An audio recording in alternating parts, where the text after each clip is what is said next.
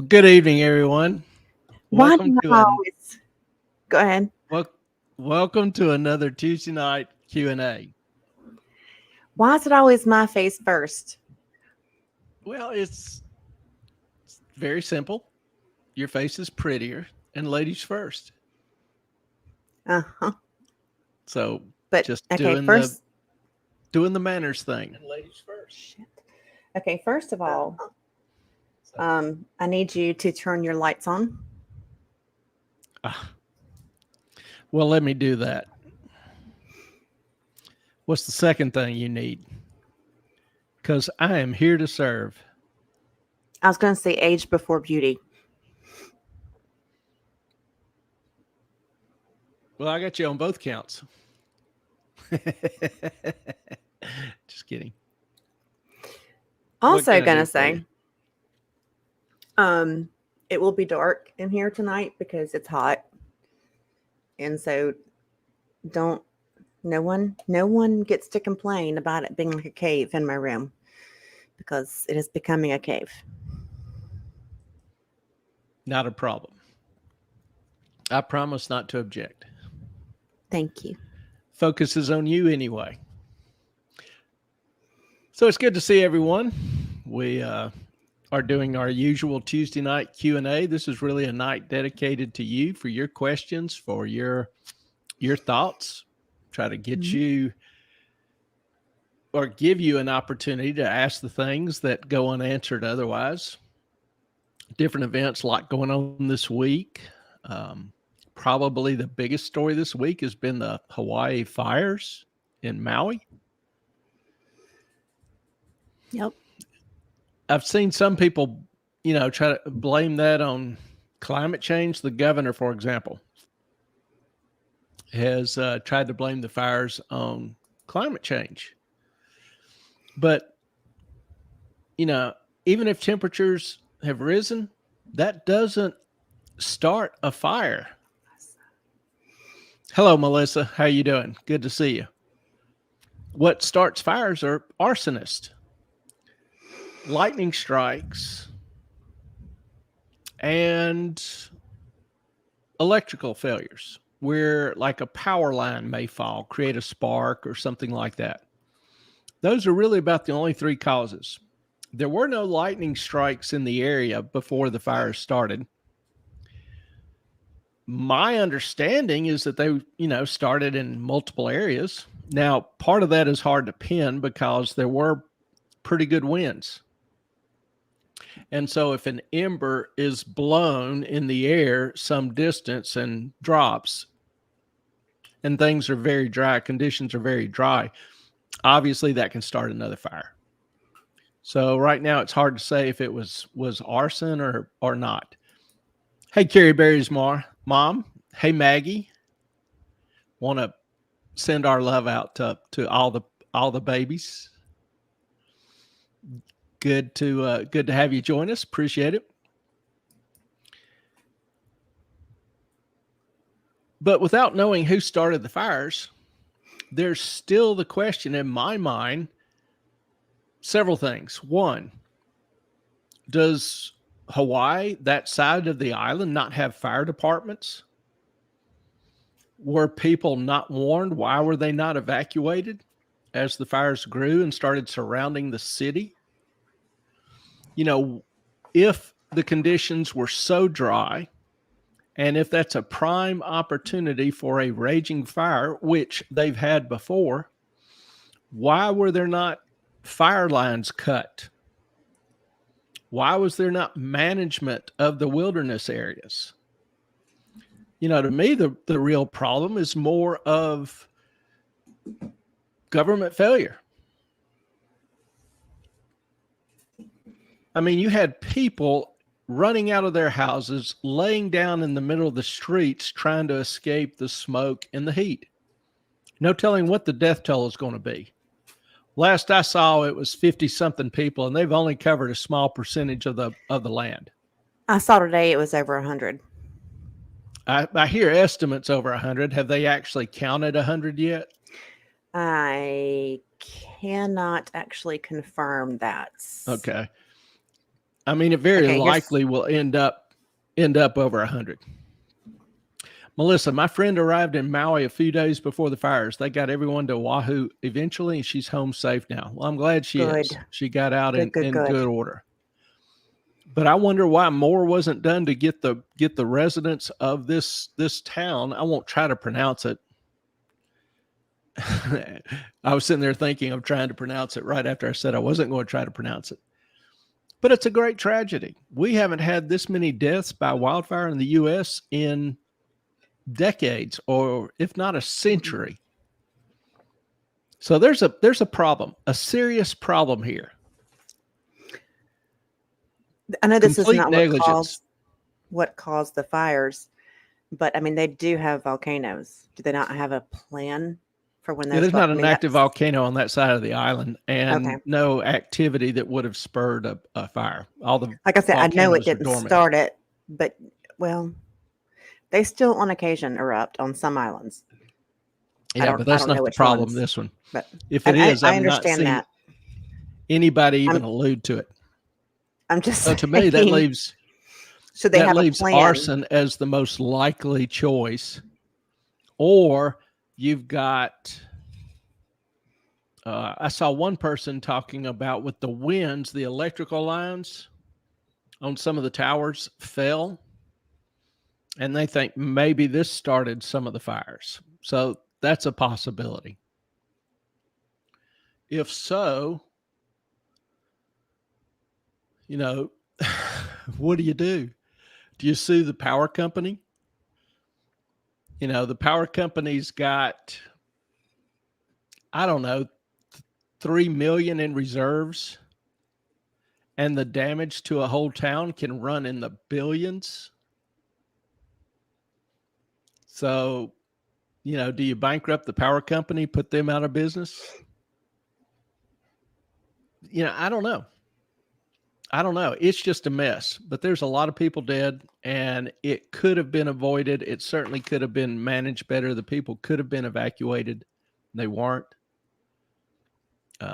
So absolutely no effort to use planes or fire jumpers to try to control the fires once they got started and raging.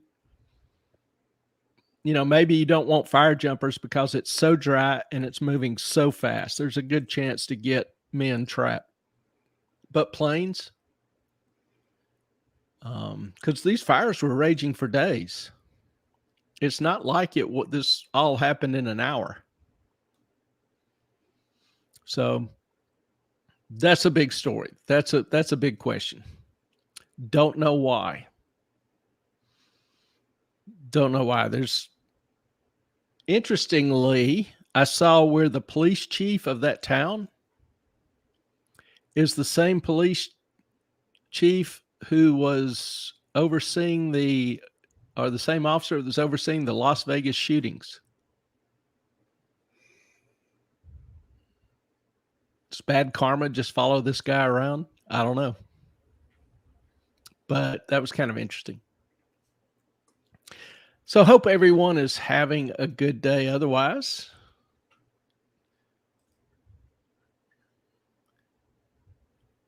Today was kind of an interesting day in the markets. Of course, if you're in the markets, most every day is interesting.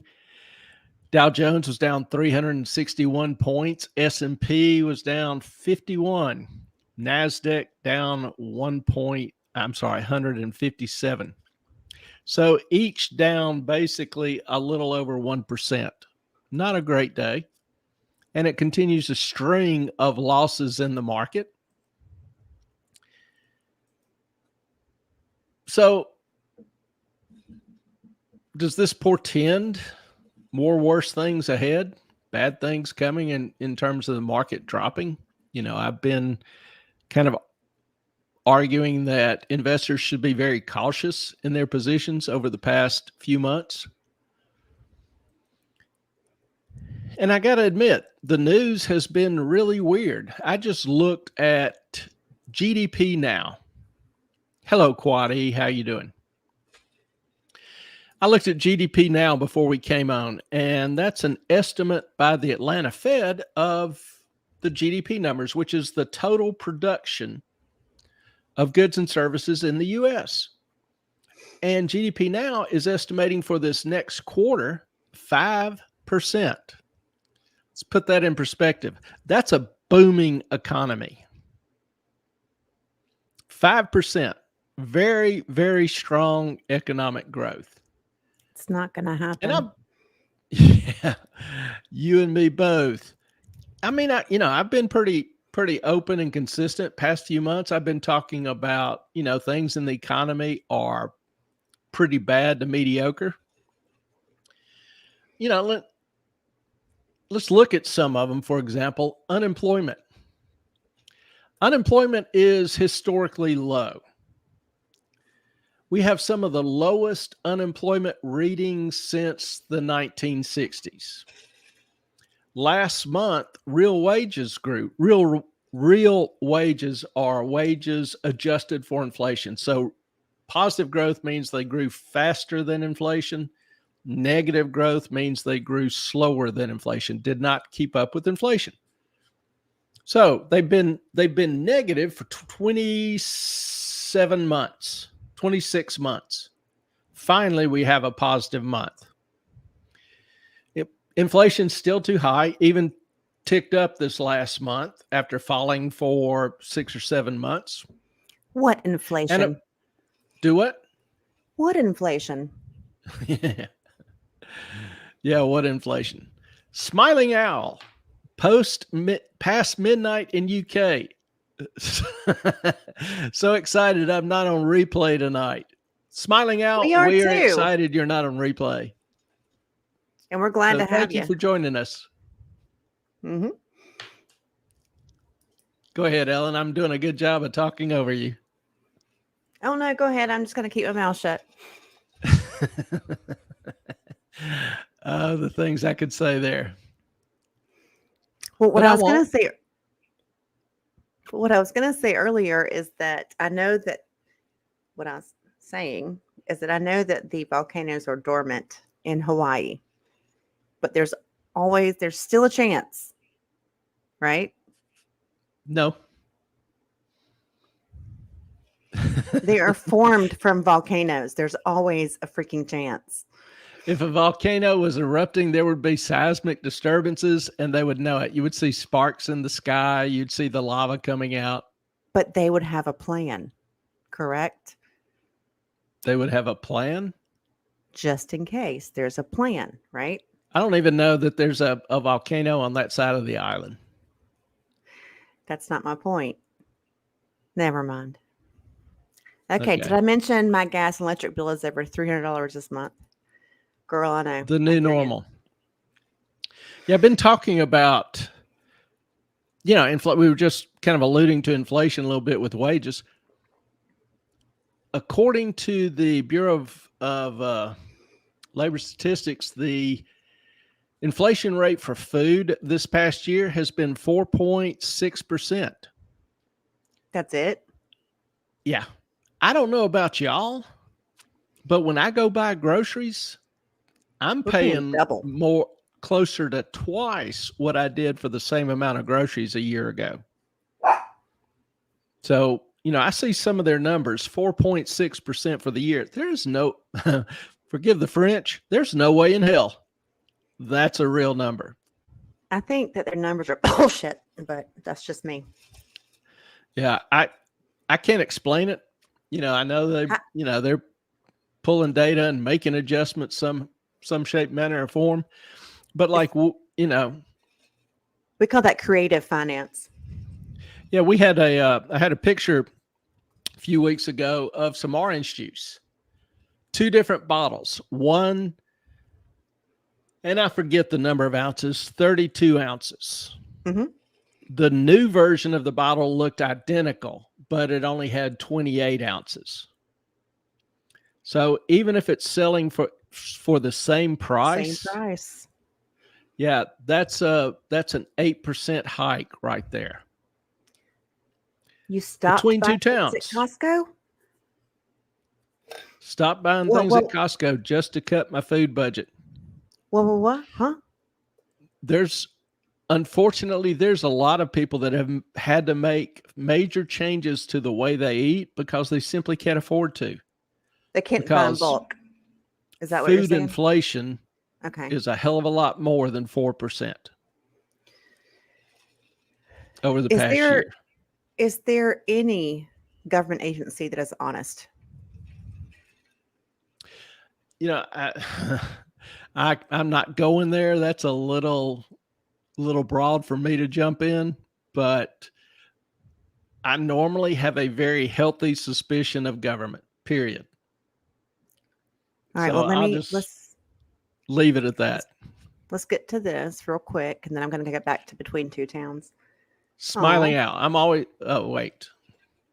Yeah, just a few hours behind. She's no, no, Oh, okay. no. It's past midnight. She's so excited she's not replay. And she's sometimes just several hours behind everyone else. Well, we're really glad Smiling you can owl, join thank us. you. Very, very much. Good to see you. Yes, always. And then And you Between have Two 3 Towns, stop buying at Costco, and she teenagers. has 3 teenagers. How do you afford to stop buying at Costco with 3 teenagers? Are they boys, girls? I mean, my goodness. Boys, Well, they eat so much food. yeah, I don't know about you, Between Two Towns, but when I go to Costco, I may go with the idea of just getting a few things, have specific things in mind, and then I end up getting a lot more than what I'm meant to. Yeah, there's a whole sink downstairs that we apparently can't get installed. And we don't have any idea what to do with it. But we bought it at Costco. Yeah. It was a great deal. Yeah, I actually probably need to redo my counters. So I'm debating whether I want to do it myself or having a hard time finding somebody to do it. We had one guy in and got a quote from him, and then his company said, we can't do it. They were a little hesitant to try to break up the granite, scared it would break the cabinets or marble. No, he was scared the rest of the granite would break if he undid the seam from one side, even though we had a matching granite we found. So we're thinking about going to Butcher Block. Crazy Cat Queen. Hey, love. Pittsburgh, I'm so jealous. I'm still jealous. I bet you are buried in cats. I bet you're getting all the cat love that you have ever wanted or needed at this very moment. And for those of y'all who don't know, Crazy Cat Queen comes by that name honestly. She has, I believe it's 26 cats. I thought, is that correct? 23, but I could be wrong. Or 28. I'm not sure. She'll tell us. Somewhere in there, but I'll just rephrase it. She has 20s. buku cats. Buku bunch of cats. Buku de chat. But she is a loyal and faithful friend of the channel and ours. And we love her. Thank you very much. Good to see you. I'm glad your travels were safe and you got back home safely. Yes. I know your cats are too. Absolutely.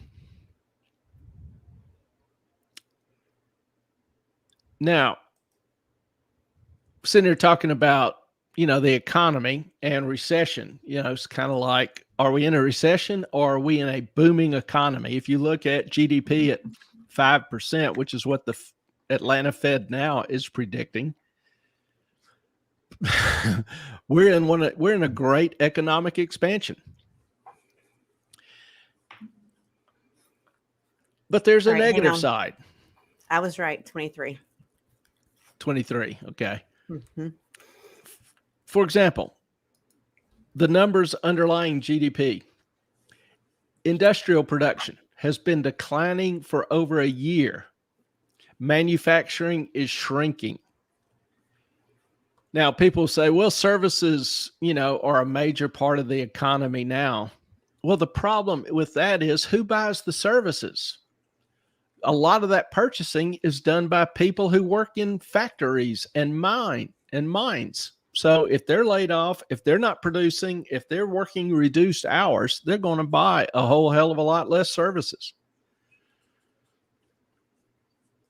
I mean, you just had between two towns talk about she's having to adjust her spending, not going to Costco. Another major indicator, bank lending is contracting. Credit conditions are being tightened. So banks are lending out less money, and tightening conditions means that you have to have higher income, better credit scores to qualify for the same loan versus what you would have needed a year ago. So They are Clay, less and less willing to lend money. if more companies hired more people and produced more products, would that help inflation?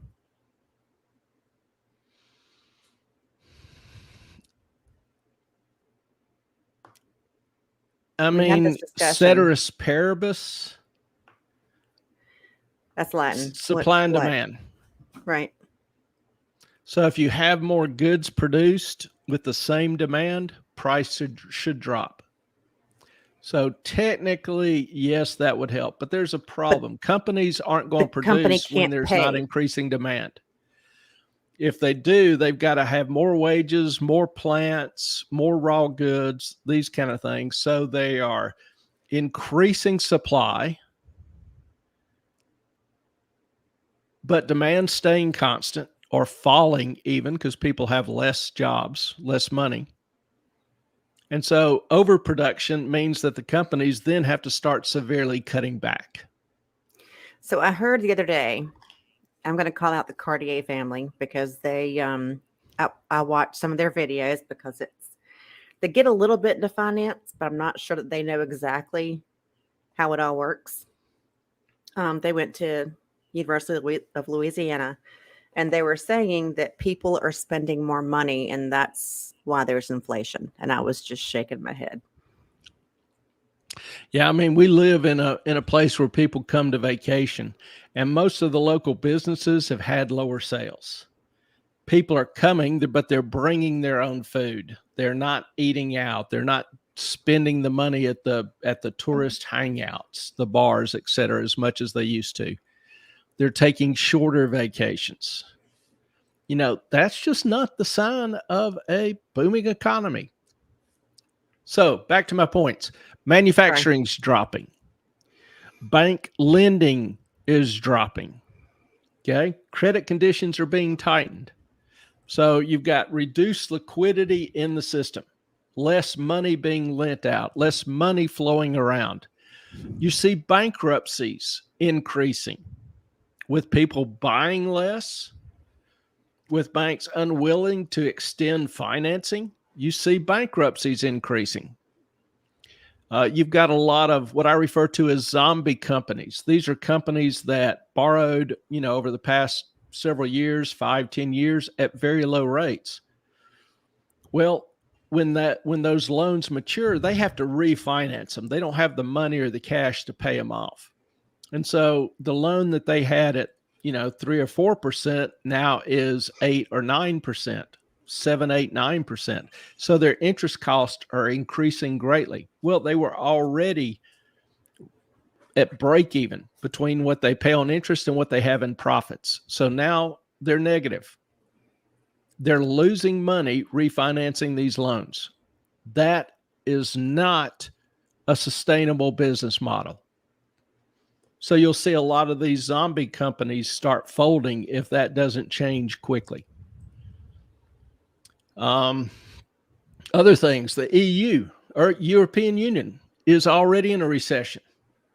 Japan, Great Britain are right at zero growth, heading into a recession, possibly a strong recession. The big deal is China. China is folding like a cheap suit. People would never imagine a few years ago the Chinese economy contracting because there's so many people, such demand, still big opportunity. But leave it to communists. They've kind of screwed the pooch there. Their, ridiculous zero COVID policy started the drop, and it's just kind of snowballing. Between two towns, you have two boys and one girl. Yes, they eat a lot. I cut their snacks. I get that. Um, I have been in a situation where I had my two children and money was tight. And so for dinner, it was like 2 eggs, some cooked spinach with garlic, a tomato slice, and whole wheat bread. That's everything they need nutritionally to survive. And if they didn't want to eat it, I was like, that's up to you. But this is good for you. And that's my job as your mother. There you go. They loved, for a snack, they would do the mac and cheese, the little craft bowls. But I didn't give them a whole lot of options. I was just like, look, here's what you're going to eat. And if you don't like it, don't eat. But this is how this works. Yeah, and between two towns, you are not alone. There's a lot of people that have had to adjust what they're buying and what they're eating over the past 6, 7, 8 months. That's not an uncommon story, unfortunately. Also, it looks like, food and energy costs are still rising. There's some big question marks with food production going forward the next year or two. And I do worry about the EU or Great Britain with their oil costs this coming winter. I think that's going to be an issue. Yeah. And Smiling Owl has got a comment here. Not only UK, but France and Germany. Yeah. The Scandinavian countries. Because their supply of Russian gas was cut off. Now, and they're in a war now. So last winter, they had a very mild winter. So their normal demand for energy, heating, etc., was greatly reduced. Chances of that happening again are slim. Slim to none. So if they have a normal winter or a cold winter, it's going to get real interesting. Prices on the futures market for natural gas in Europe are already starting to jump up. It's not going to get interesting. It's going to get tragic. Yeah. Ideas have consequences. Smiling Owl, I get governments need to convince us that the economy is better to encourage us to spend, to encourage production. It's a circle. I'm just worried it's paper thin. Yeah, that's an interesting point. I don't think, my personal opinion is, I don't think government ought to be encouraging anybody to do anything that's not in their best interest. Right now, encouraging wanton spending with inflation. Remember now in previous sessions, I've talked about how inflation has taken 5 to 7 years to tame, that it drops down, it goes back up, drops down, goes back up. And I've said repeatedly, we're not through with inflation. I truly believe we're not. If we are, it's a miracle. So you need this prologue. Yeah, you need reserves. Oops, sorry. For that rainy day, for those contingencies. Was talking with Ellen the other day about people and their drugs. Yeah. That, a lot of drugs are in short supply right now. Oh, if you're ADHD, if you have drugs that are necessary for you, not convenient, but are necessary, you need to figure out a way to try to bank some of those. Talk with your doctors or, providers or whatever. But there's increasing shortages of food and pharmaceuticals coming down the pipe. No, quite illegal drugs. Illegal, I don't know anything about, but legal drugs, there is a huge, my doctor didn't even realize the shortage that was going on. And she was like, holy crap. She's like, I just called around and I can't find it either. And I said, can you do another dosage? Can you do anything? And so she called another dosage. They couldn't fill that. And so we called around to how many pharmacies? A gazillion. Yeah, a bunch. And one of the women at the pharmacy, she was like, I'm not supposed to tell you this, but if you can get it in today, I can get it filled. And so I called my doctor again. I said, can you call it into here? She said, because we can't transfer that prescription. And she was like, oh, this is the last thing I can do, because if not, I'm going to get flagged for calling in 3 prescriptions within one day. Yeah, and the purpose of this channel is to try to give you some information that you can make better decisions. So, not trying to be alarmist, not trying to be what's the prepper thing, the apocalypse now prepper. But there are practical realities going on in this universe, in Western and Eastern society, wherever. And so trying to bring those to your attention, that you have at least some opportunity to be better prepared. Crazy Cat Queen, my pet's medications are expensive as hell, especially Finn's insulin.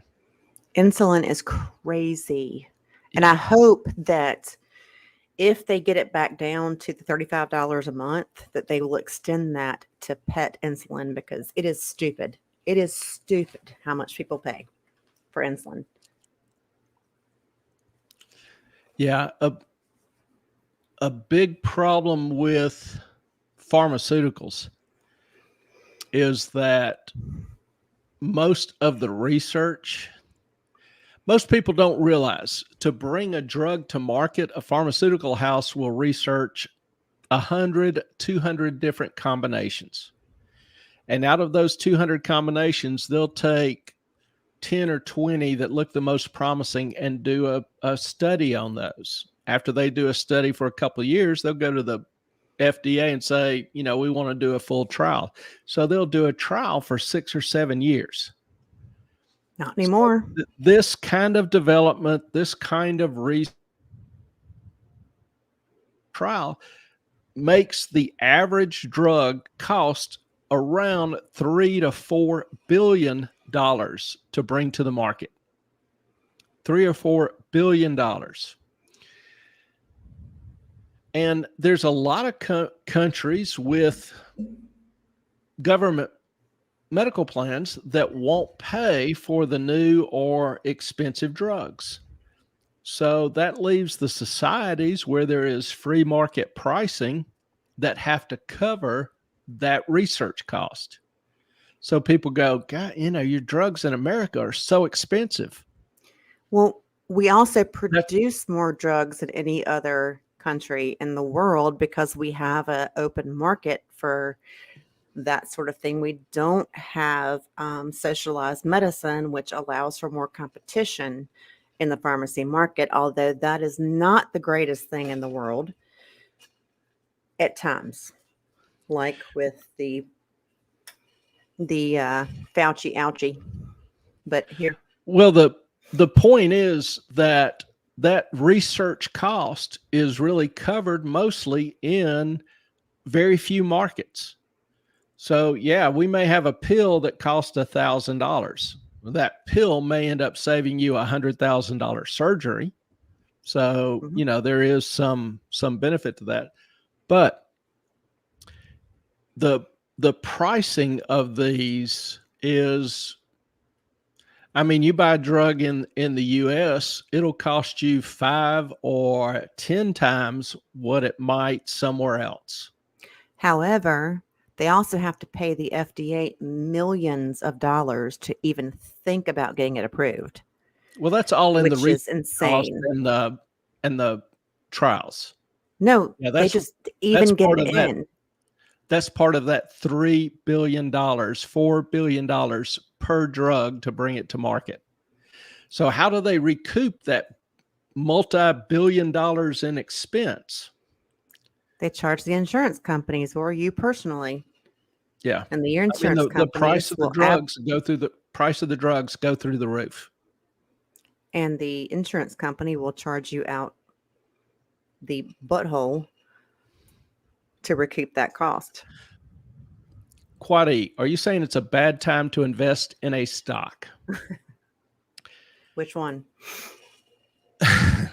Yeah, it's always a matter of which one. It depends. and I hate saying that, but for example, if I'm a 22, 23-year-old just getting started and I'm got, a few hundred, a few $1,000s in the market, probably wouldn't worry a whole lot. I'm putting in, $500 a month. If the market drops, I'm going to be buying a lot more shares at that lower price for that $500. And so it kind of ends up averaging my cost.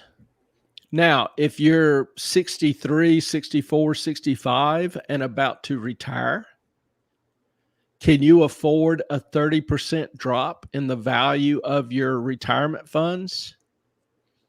Probably not.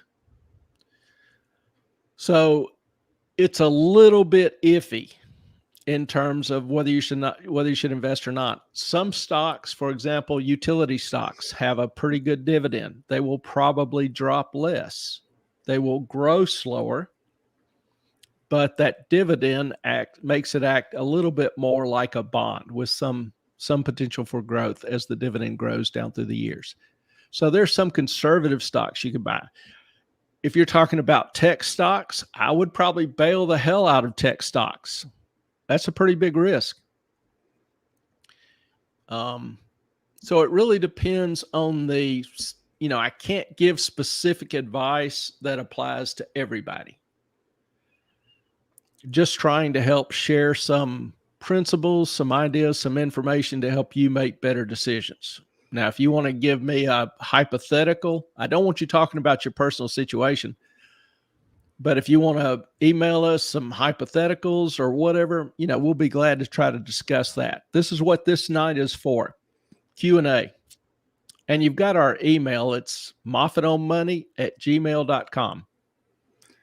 So don't hesitate to send your questions to us.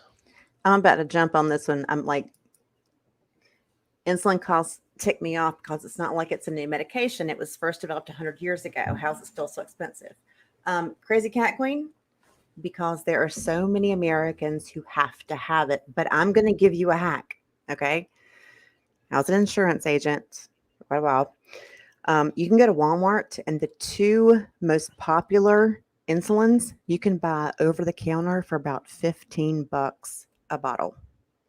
I know you're an MD. I know you know how to administer it and pull it. So yeah, you might want to try that, because most people don't know this, but Walmart sells the two most popular insulins for $15 a bottle. Yeah, and also say sometimes we see some mispricing, and I believe, I don't know specifically about insulin, so I won't estimate, but there are times when the government will negotiate a contract with a pharmaceutical supplier on a generic formulation and give them all the business. Well, there's not enough business then for the other suppliers to keep dividing up the smaller piece of the pie, so they quit producing. Yes, without a prescription, it's over the counter. Sorry, go ahead. So they quit producing. So again, ultimately it's supply and demand. If you have reduced producers, demand increases, well, then they're going to start bumping up the price. Mm-hmm. And it's not something another competitor can jump in quickly and start producing. So you see some pricing anomalies because of basically granting monopolistic powers to certain producers. One thing that I hate is the patent law. Now, I do think patents are important. Company spends a lot of money and time coming up with something unique, a unique drug or whatever, and the patents last, I want to say, 18 years. Don't hold me to that, but I'm close. Patents will last 18 years, but when that patent is about to run out, the company can find a new use for that drug and repatent it for another 18 years. Or they can change the color or add one other component to it, get a new patent. So that's a problem in making these artificial changes to an existing medicine and being able to extend the patents. Again, that's kind of anti-competitive. But if you're a company with a popular drug, obviously you want to do what you can to keep it under your roof. But that's not government's function, to enable that kind beyond the original terms of the deal. Supply and demand. Dang it, I really should have paid more attention to econ in college instead of a boy. You know, I wish in college I had paid more attention to it than girls. So I can name that tune in one note. But, you know, that's part of the college joy. You're there, you're away from home, and it's just a whole new world. And you just want to enjoy and experience it all. So don't feel all alone. All right. Can I share a screen? Sure.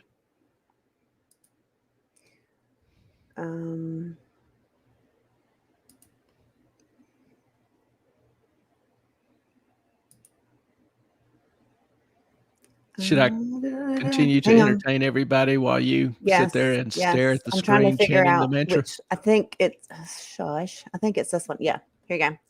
Walmart one. They have rely on insulin and other over-the-counter insulins. They have regular and NPH.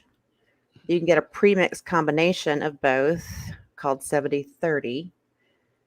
Goes down to, hang on, the regular insulins, NPH. Do you need a prescription? In short, no, you don't.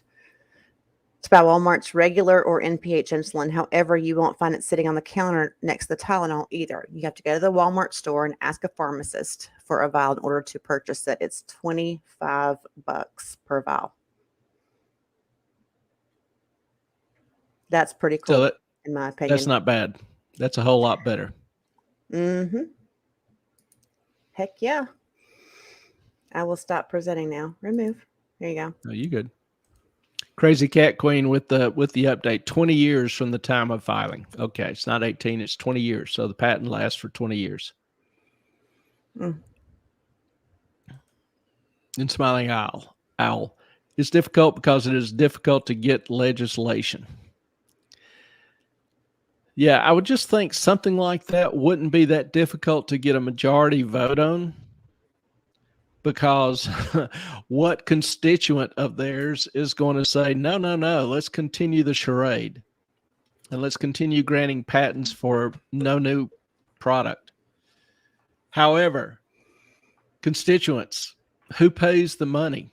How much did Pfizer and Moderna and everybody pay, you know, the politicians and NIH and Fauci and the whole group? There was just a report the other day released that there were 59 different payments. Was it just from Pfizer or Pfizer and Moderna? Pfizer, I think just Pfizer. Pfizer killed it. I mean, they totaled out the ass and they received. It totaled $325 million. Now, I don't know how that was divided up. Hadn't got the detail on that. I don't know everyone that received it. Fauci was one of the recipients. But that's a lot of money greasing a lot of skids.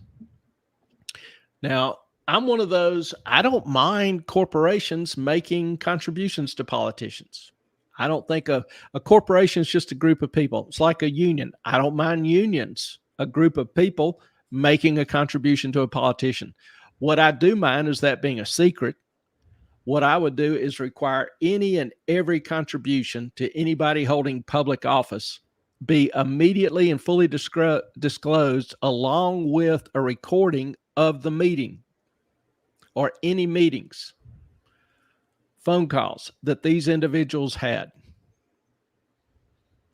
Disclose everything, So if, Fauci agrees to say, hey, this vaccine will cure COVID, and he gets a $25 million grant to do whatever research he wants to in the privacy of his own home, Like putting disclose it. beagles' heads in a freaking. I won't. Yeah, I'll never like the guy. Mm-mm. He paid for some pretty cruel stuff. But we won't Not go. only did he pay It's for it, he approved it. just sickening. So, but if you're curious, you can Google that, but I don't want to go into it. Mm-mm. Okay. Recession, booming economy. Now, I mentioned that unemployment is low, near a historic low. But you got to understand the unemployment calculation has changed twice the past 20 or 25 years. Now, unemployment is calculated as the number of employed people divided by the total workforce. That sounds pretty easy. No. But the devil's in the details. Yep. The workforce, how do you determine the workforce? Well, the workforce are those people working, gainfully employed, part-time or full-time, plus those people actively looking for a job. And that actively looking for a job is the big kicker, because you have to within the past 6 weeks be sending out a resume every week or 2 a week. I forget what the exact standard is. But wait, only if you're on unemployment, right? No. I'm talking about the statistics. Let me finish. Okay. So if you don't meet this requirement of actively seeking a job, say you've sent out 1,000 resumes and you can't find a job. So you don't meet the technical requirement of actively seeking a job. You are thrown out of the workforce. You no longer count in the statistics. So the idea is that since 2004, 2003, somewhere around there, about 7,000 people in the workforce that were in the workforce are no longer counted in the workforce. Question. If you are not receiving unemployment and you're still looking for a job, are you counted as someone who is possibly in the workforce? I don't, like I say, offhand, I don't know what their technical requirements are. Okay. If you haven't worked in a few years and you're still trying to get a job, is that included? Because how would they know about you? I don't know the exact requirements, but I would guess that you're probably out of the workforce. Okay. So You're not I'm counted. assuming anyone who's not getting unemployment, maybe be self-employed, right? If you're self-employed, you're in the workforce. But if you lose your job and you can't collect unemployment. Unemployment has nothing to do with it. Okay. That's fair. Unemployment has nothing to do with it. So if these people are called long-term discouraged workers. That's a specific category, long-term discouraged workers. If they were included in the workforce, unemployment would be around 7.5 to 8.5% instead of 3.5%. So that would be a level more commonly associated with a recession. Right now, people go, "Oh, unemployment's 3.5%. That's a great economy." Devil's in the details. There are tens of millions of working age Americans who don't have jobs, but are not not heavily looking for a job, not actively looking for a job. They are not counted as unemployed. To me, that's a problem. Because like I say, you could have tried for weeks, months, whatever, just gotten discouraged. You'd love to have a job if there were any around. but you can't find one. So you're no longer in the workforce. The way I sum it up, the way that statistic is calculated, if everybody lost their jobs and nobody was hiring, if everybody lost their jobs and nobody was hiring, 0%. the unemployment rate would be 0. Mm-hmm. So is that really the way to calculate unemployment? I would argue not, obviously.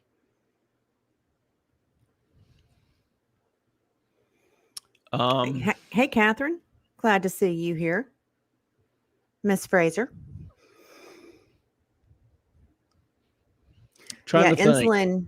Insulin you can definitely get cheaper at Walmart. It's a stupid thing, but it's something I had to learn to keep some of my insurance clients. I usually worked in Medicare because they were like, well, they're not covering or this formulary for this drug company, even though it's cheaper, doesn't cover my insulin. It's going to be so expensive. And I said, well, what's your insulin? They would tell me, and I'd say, you can go to Walmart and get it for $25 a vial.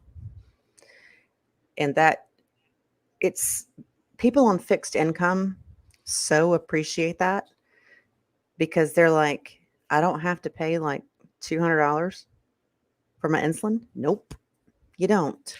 But no one wants to tell you that. Does that GoodRx app help any? It used to. I don't know if it still is valuable or not. No, it helps a lot. With a lot of the clients I had, they if their formulary didn't cover the medication that they were prescribed, I would look it up on GoodRx, and a lot of times they could get it for nothing or next to nothing. And so if their formulary was just, there was just one drug, I go through and say, okay, GoodRx, you can get it $7 a month at Harris Teeter. Harris Teeter and Publix are the cheapest around here for medications, for sure, besides the Walmart insulin.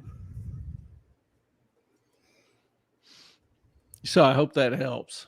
Yeah, sorry guys. I feel I'm passionate about medications because it is, people get robbed.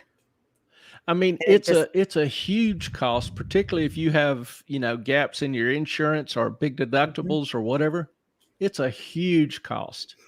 And so if y'all have any ideas or tips or whatever on medications, seriously, throw them out. Cover it. If you want you and I to cover it, if y'all want if y'all want Clay and I'm getting there, to cover the medication thing. I mean, there's a lot. I learned so much by doing Medicare and what you can get thrown into. And I had a coworker of mine who ended up making the wrong choice for one of her clients because she forgot to put the insulin in, and ended up costing them. They made a total $1,300 a month on their Social Security for both of them, the husband and wife. Her insulin cost $200 after this, and my coworker paid for the insulin until they could redo the drug plan. I mean, bless her. But you when you mess up like that, it is a big deal to somebody's whole living circumstance. Ooh, you miss Harris Teeter.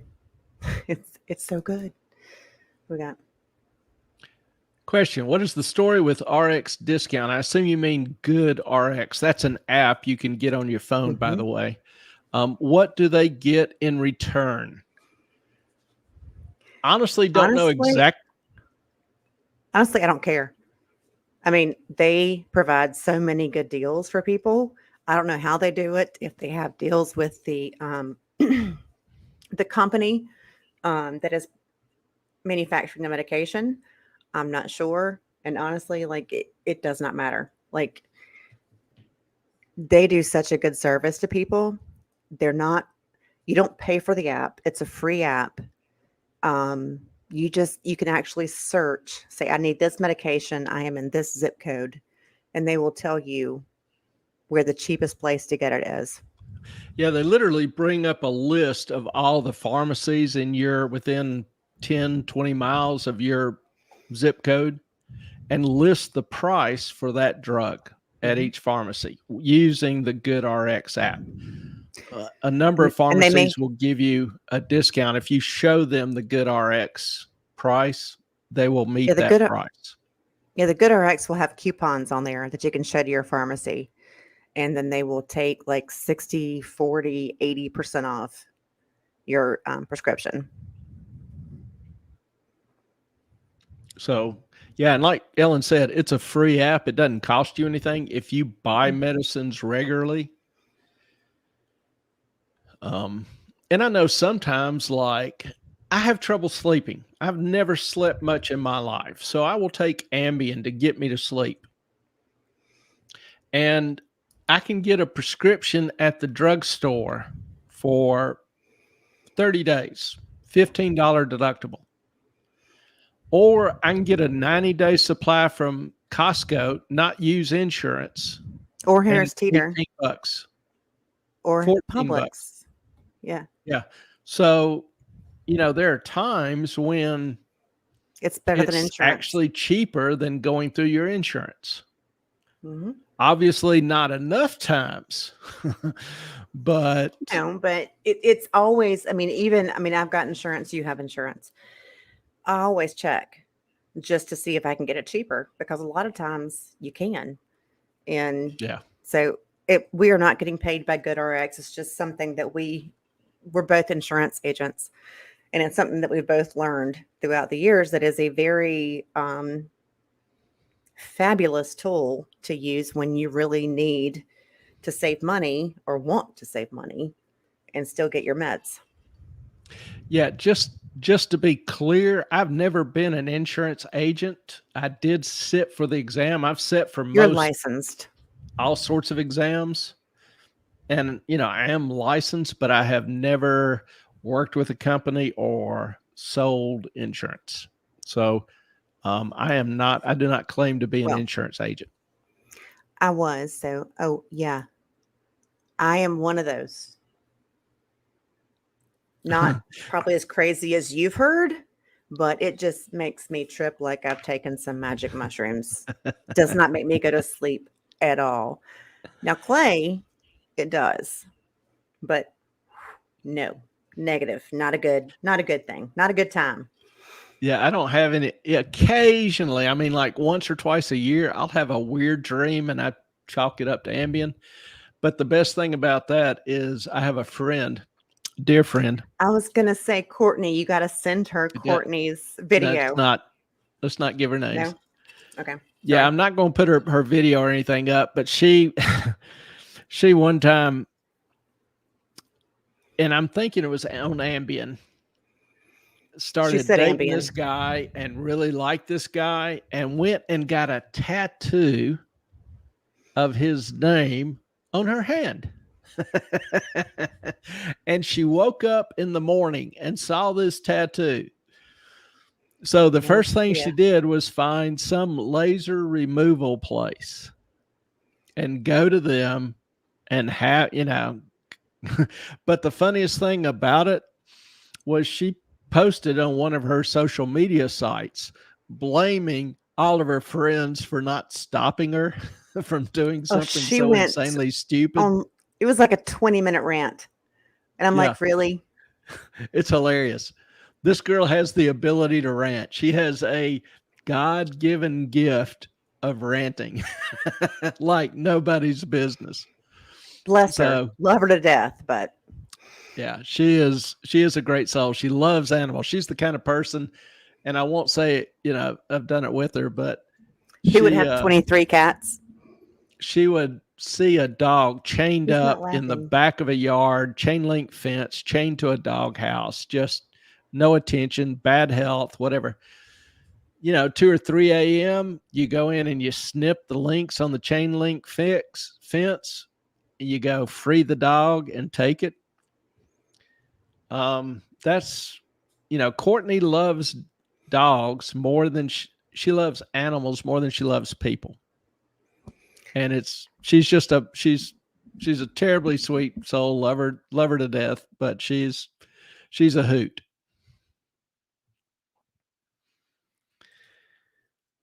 Smiling out, it's more and more difficult to be aware of these things.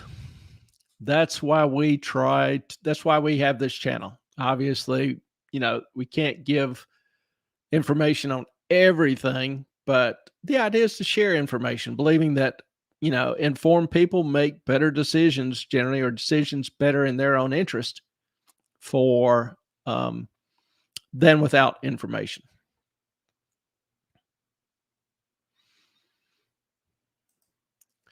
Crazy Cat Queen. The number one thing about Ambien is you have to take the medication as you go to sleep. Is have the pill and water at your bedside and hit the pillow immediately after you swallow the pill. I do that because it'll get me to sleep in about 20 minutes. Otherwise, I'd lay there for hours and I would cat nap. So, when I'm ready for bed, I take my Ambien and hit the bed. And it normally works pretty good. It'll keep me asleep for, 4 hours. Ellen, you look like you're bursting to say something.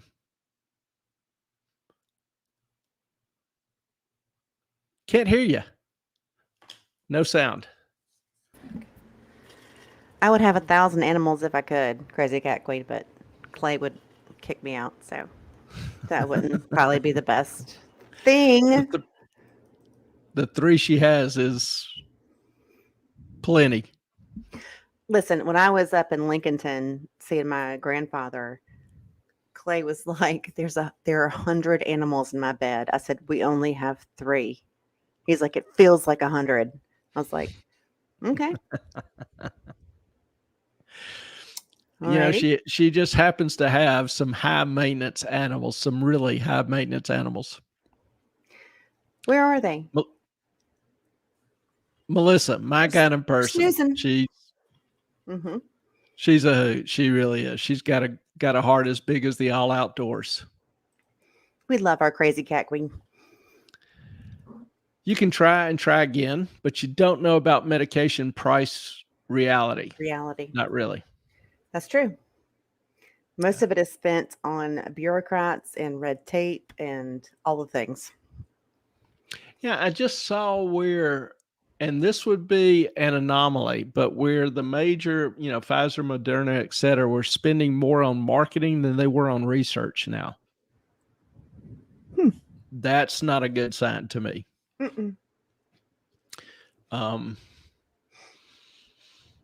But that's me. Things have gotten so out of whack in so many different areas. We were watching some show the other night where it was like every commercial was a drug commercial. And we were like, yeah, seriously? And it was all the ways you could die from taking this medication. It's like, really, sign me up. Crazy Cat Queen. I get that. Animals more than people. I mean, I've often said that I wish people could love like dogs do. And I mean it. That's an extremely rare gift. I can be imperfect around the dogs. I mean, I can even get, not that it ever happens, but I can get mad at them for something and maybe get a little too mad. You just get loud. Yeah. And Chunk, I mean, within 30 seconds, he's unflappable. It's like it never happened. And he's all about loving you and playing and chasing, and he's just a happy little pup. He heard you. He is the happiest, most obnoxious little pecker you've ever seen. He heard you say his name. Did he? Now he's dying to come downstairs. Yes. Now, Tallulah, if you yell at her for anything, she will pout and pout and pout and pout and pout. Clay accidentally, he was walking down the front stairs. Tallulah got in front of him as he was walking down and accidentally kind of bumped her with his foot. and she was in the rose bush next to the stairs. Oh my God. She Yeah. she made him hurt for days. She played that card. Yeah. Even though she got When Ellen says bump, you go down the steps. Well, I had a little momentum going down the steps. It wasn't a real slow necessarily I was process. trying to make it sound like it wasn't that bad. And she got in front of my foot as I was lifting it to put it on the next step. And she kind of went airborne and fell into this rose bush. And it was a fairly thick rose bush. Clay And felt so, guilty for a month. oh, I did. I mean, anything Tallulah wanted, desired, she got it for at least a month. I mean, it was just like he felt so bad. And she would just look at him and he was like, okay, what do you want? You want some cheese? You want crackers? You want a little treat? You want some jerky? What do you want? Yeah. Tallulah. Couple of things on this booming economy or recession, and I'll finish up with it. Talked about, the decline in credit quality, talked about the questions about the unemployment, talked about declining manufacturing rates. I'm sorry.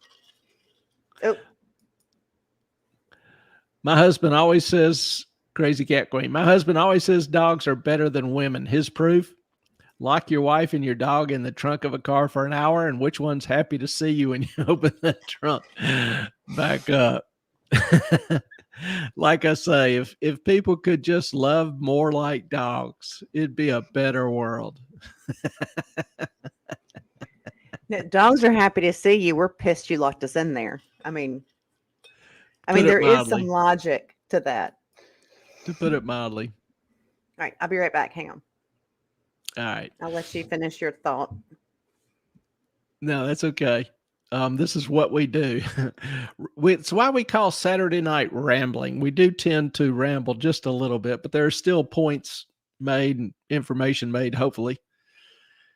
So, China, Europe, Japan, all collapsing. The U.S. has pretty strong GDP, but if you look at all the numbers underlying it, they pretty much suck. Unemployment's kind of a head fake. Some other things, the yield curves. The yield curve right now is inverted, which means the short end of the curve, the 3 month, 6 month, 1 year, 2 year, are higher than the 5 year, 10 year, 20 year, 30 year.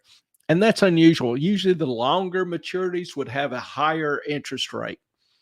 So we call that an inverted yield curve. And normally when that happens, that means a recession is coming sometime within the year.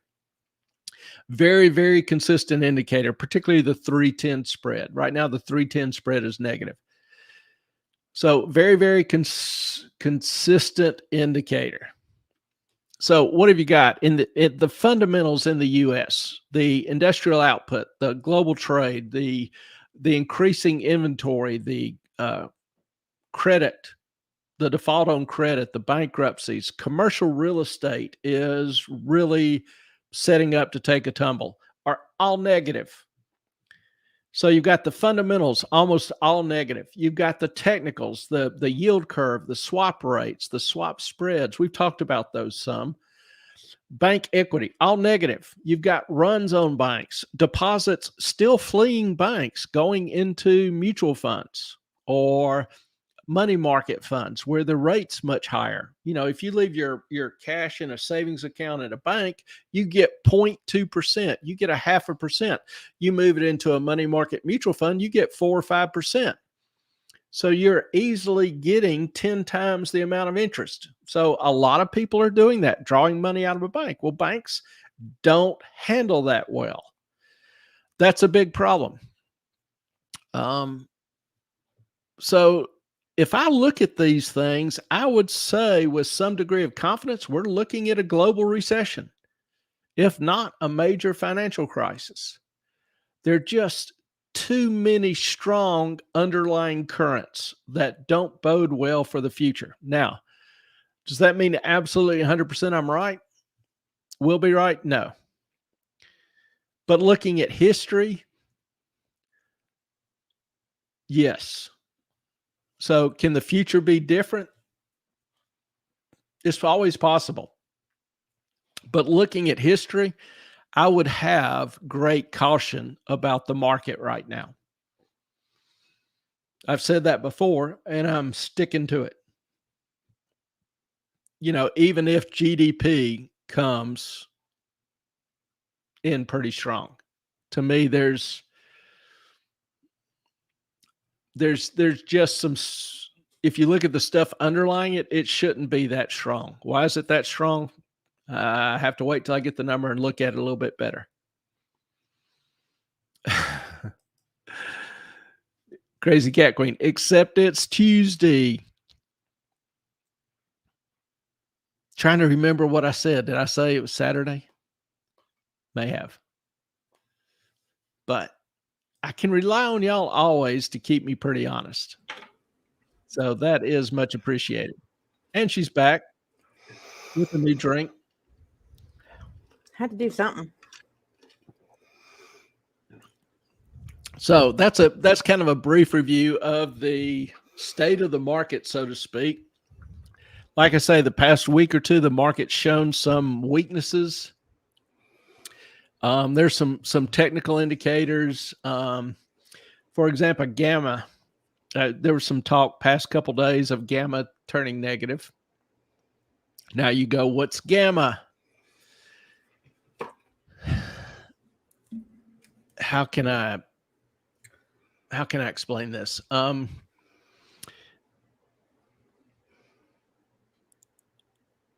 There are certain quantitative measures, numerical measures. There's a ratio of the number of calls to stock. It's called the delta ratio, delta. And delta gives the amount of change in a call price for each dollar change in stock price. Well, gamma, that's the rate of change. Well, gamma is how fast delta changes. So if you're looking at a curve that's downward sloping, you pick a point on that curve and you want to calculate the slope at that point. Well, going back to your high school geometry, slope is the change in rise over the change in run. Cool. That's basically delta. Change in the call price for the change in the stock price. Well, as you know, this curve starts out pretty steep and then starts flattening as you go down. We would call this a convex function. So all along that curve, you've got points, a different slope at each point. But as you get near the bottom, it flattens out. So that slope really doesn't change. Up top, where it begins, it's almost vertical. So it changes a lot for each dollar change. Well, that rate of change of the rate of change is gamma. So gamma gives managers, hedge fund managers, quants, an idea of how rapidly the market is changing. And if gamma goes generally below -1, it's kind of a sign that the market is setting up for a significant decline. And gamma right now is right on -1. So again, another underlying trend that most investors don't pay attention to, that has some significance, some value, showing that the market, may be in for a correction, possibly a significant one. Because keep in mind, you've got a lot of things going on out there. China collapsing. EU's going into a recession. Energy prices still increasing, up from 67 to 81 in a month. Manufacturing has declined for the past year. So you've got all these different things that aren't good. So my encouragement to you is just be cautious. If you're in the market or thinking of getting in the market, be cautious. Be careful. Crazy Cat Queen, did you check email? I did. Okay. And she's got this cute little grin going. So we'll open it up. See if y'all have any questions. Crazy Cat Queen. So gamma is basically delta 1 divided by delta 2. Yeah. It's the rate of change of the rate of change. It's the first. Oh, cool. I don't know how many of y'all have took calculus. Probably not many. But in calculus, you learn to take derivatives. So if I have this graph, I can calculate using my geometry a slope. Mm-hmm. But that's really an approximation, because you have to take two different points and figure out the average. So calculus actually gives you the ability to define precisely the slope at one point.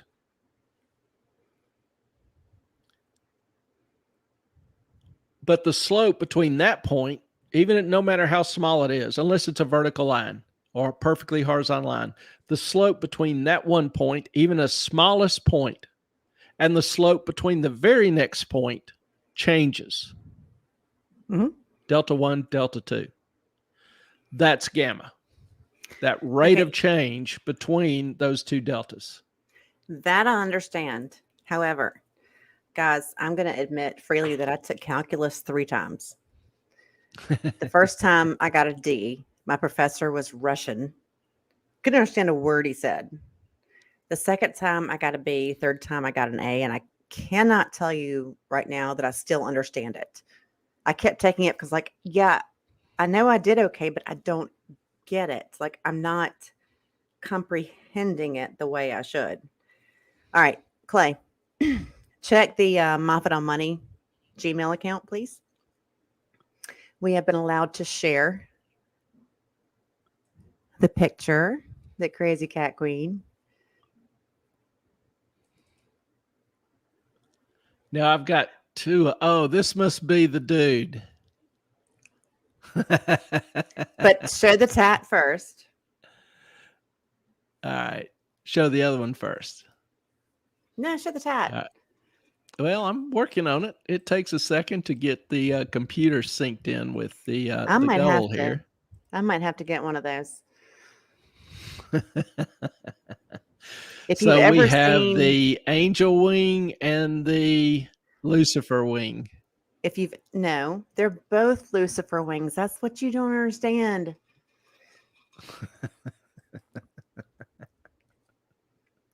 So that is her tattoos. They are perfect. This is exactly his wings, right? How cool is that? And so then she got a hug from him.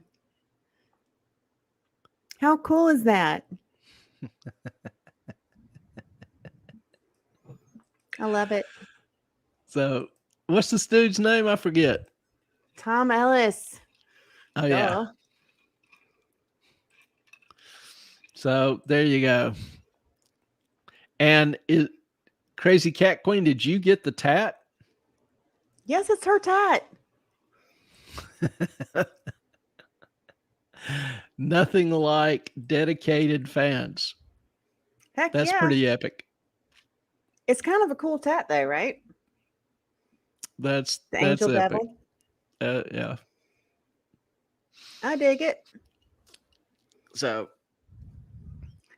that's hilarious. So Crazy Cat Queen went to Calc 3, 86. I hear you, girl. Yeah, Calc 3. I bet you were the same as me. You were on a quarter system, so you had 3 quarters in a year versus 2 semesters. So now they only have 2. That doesn't even make sense. You have 3 a full year quarters? of calculus. Yeah. quarter system, you would have 3 quarters in an academic year. Okay, that's not a quarter. Yeah, That's I a would have third. a fall quarter, I would have a winter quarter, I would have a spring quarter. Each one of those were different classes, Is like a anyone else semester. understanding that there are 4 quarters in a Well, there would year? be summer, but the summer was an extra Okay. period. Most schools have moved to a semester. So you have a fall semester and a winter spring semester. So you So had instead of 2 semesters, 3 quarters broke up into thirds. yes, you would have 2 semesters broken up into 3 quarters. So right now, if I have a class, it meets 2 days a week. Well, under the quarter system, it would meet 5 days a week. So I'd have an hour-long class 5 days a week. Thank you, Crazy Cat Queen. Trimesters, Yes, not quarters. it was called a quarter system because there were 4 Uh, quarters in the full year. I will let y'all argue that amongst yourselves. And yes, Crazy Cat Queen got the tat on Sunday. That's awesome. Now, amongst yourselves, I No, don't that's okay. believe there are 3 quarters in an entire system, but I will But go now with for trimesters. a year of calculus, you take 2 classes, one each semester. Back in my day, and I think Crazy Cat Queen's day, you take 1 per quarter, which are 3 classes, calculus 1, calculus 2, calculus 3, which is what she mentioned here. Trimesters or quarters. I took calculus 1 in I don't even know what to tell you, a semester, a bi-year, right? 2 times I went to class per week for an entire semester. Guy spoke Russian. I got nothing. Second time, guy spoke English. He was pretty good, but I left after taking the final exam because of an abusive situation I was in DC and got a B. And took it again, got an A. Still don't understand the shit, but apparently my mind does somehow. Fair enough. Crazy Cat Queen. I had Calc 1 in high school. Calc 2 and 3 were freshman year of college military school. There you Fair go. enough. So, yeah, I took all of mine in college, my freshman year, first year of college. Took 1 in summer, 1 in fall, 1 in spring. Clay, if you ever watch Lucifer all the way through, it's actually a pretty decent message of redemption. Thank you. I tried to watch it with him and he just got mad at me. He got pissed off. He was like, no, I'm not watching this. I was like, okay, well, I guess that's over with. But I have rewatched it since, I guess in the past year, I've rewatched it because it's just so good. I will admit, I used to never watch TV. Now, my TV watching has increased. I don't know whether that's a good thing or bad thing. I probably lean more towards bad, but used to never watch it. TV, you watch movies and shows. Well, I mean, I didn't even used to watch much. I would watch a couple hours of sports on a weekend, and I would go to a movie once a week or so, and that was the vast majority of it, the vast bulk of it. Yeah, Clay decided in the middle of the first episode that Lucifer was all about evil and that he would not have any part of it. And I was like, that's not really what the story is about, though.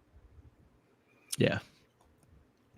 Well, let's move to the question part of the show. You got some questions for us? Who, me? Yeah. Oh, you mean the my crazy questions? My yes or no? Yes. And all right, remember, we're going to get y'all to play. We're we're going to type out the question and elicit y'all's responses. No, we're going to read the question and wait for y'all to respond. And then Okay. you and I will respond with what I think you would say and you think I would say. Is everybody ready? Better be, because it's coming. All right. So, yes or no? It's tough, I know, right? Okay. Trans ideology is more dangerous than critical race theory. Yes or no? We'll give you guys a few minutes to respond.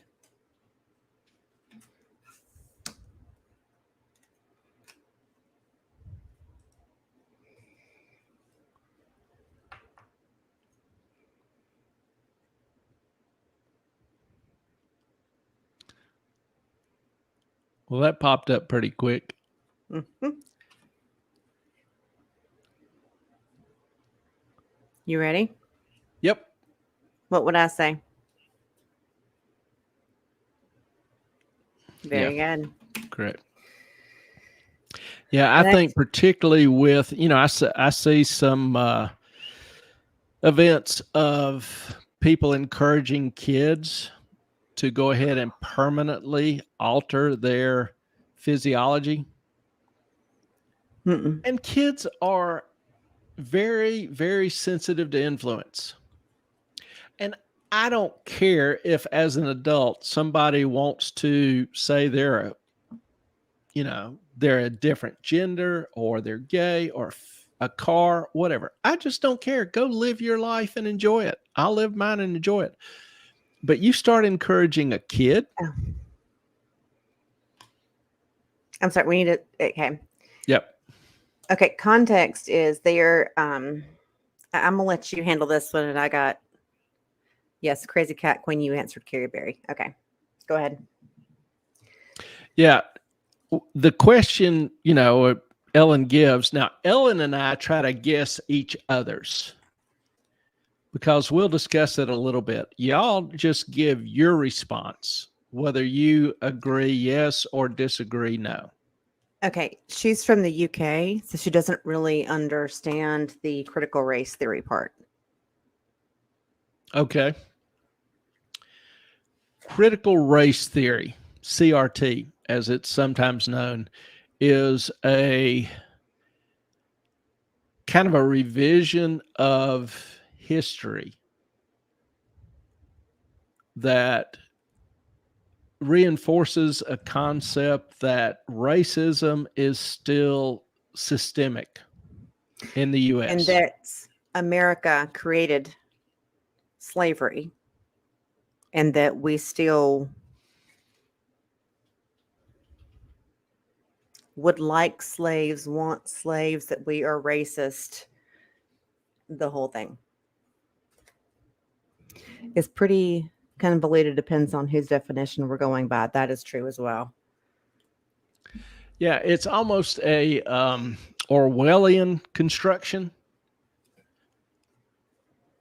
And the way it's been interpreted oftentimes is that in order to qualify, and you literally have to qualify as an anti-racist, you basically have to agree that society as a whole, society in its broad, almost every aspect of being white is racist. And the remedy is to embrace whole new forms of, things like affirmative action and reparations, that and even whites making apologies for being whites. Yeah, my high school was 60% black. The town I grew up in was mostly black. But people believe that just because I'm white, am inherently racist. And I'm like, I have a lot of black friends. I don't know what you're talking about. And I should apologize. Yeah, so, I mean, it just doesn't make any sense to me. So if you don't agree to those constructs, that as a white, you're racist, that as a white, you ought to apologize, that reparations should be made, that society is systemically racist, then if you don't advocate strongly those positions, then you're a racist by nature. You are just by default a racist. And that's, to me, the real danger, is we are going ahead and labeling people racist just because they don't think that the races ought to be treated any differently. Now, try that in a small town. I've always accepted Martin Luther King's definition of racism, and that is, hoping for people to be judged by the content of their character and not the color of their skin. So if you make any kind of statement that qualifies people by their color,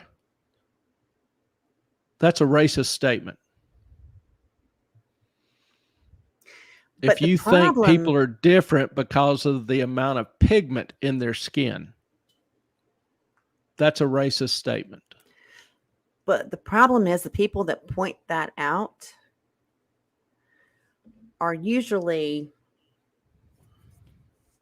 the people who are saying everyone else is racist. But they're the only ones pointing out the issues. Like if you say that Jason Aldean's song was racist because it's BLM, well, it wasn't BLM. It was everybody.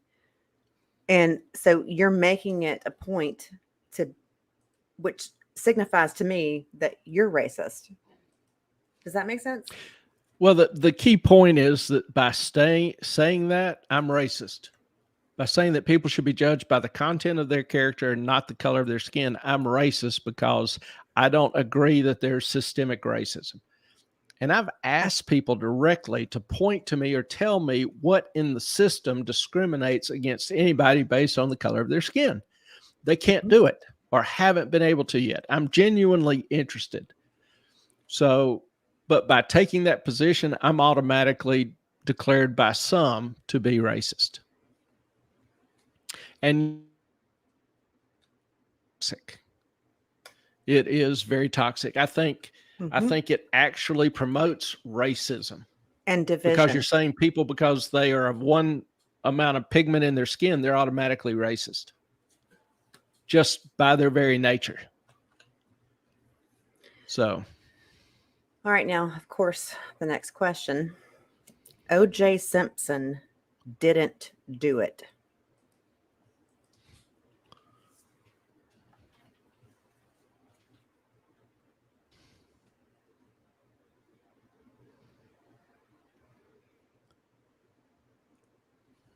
So what's y'all's view? Did he or didn't he? It's kind of a negative.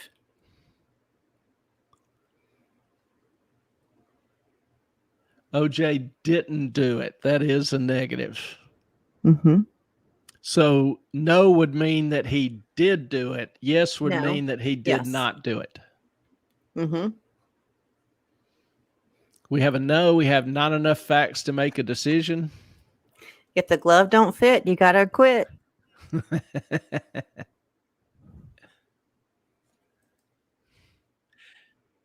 Ellen, what would you say? What would you say I say? What do I say you would say? Yeah. No. The guy kind of convinced me when he said he would, do whatever to try to find her killer. And then he spent all of his time on the golf course. I don't know if that's really where he thought he would meet her killer. But I believe he does have a part in it, but not alone. He may not. The glove, blood causes contraction of leather. I know. And that was the work. Cochran, that was the worst argument. I was just like, that is such a BS argument. Yeah, the prosecutor was as poor as I've seen in terms of the job they did and how they handled the information and prosecution of the case. not an attorney, but the glove, they were not prepared to handle that. And asking him to try, you never ask a defendant, or if you're in police work, I mean, if you're an attorney, you never ask a question you don't know the answer to. And so asking OJ to try on the gloves, that was retarded. What do you think he's going to do? Do you think he's really just going to glide them on smoothly? No, they're covered in blood, and they do shrink. Yeah. You've got his hands. You can take the size measurement, see whether or not the gloves are the proper size. You had him in the store buying gloves, if I remember correctly. So, but the prosecution just handled that extremely poorly. I know if I was in OJ's, I'd never be able to get those gloves on. I'd be sitting there jerking those things around and pulling and tugging and going, yep. They don't fit. They don't fit. You must have quit. You could watch my palms swell up. All right. Next question. The voting age should be raised in the United States or anywhere. I don't know what they are in all the state or all the countries, but in the U.S. it's 18. 18.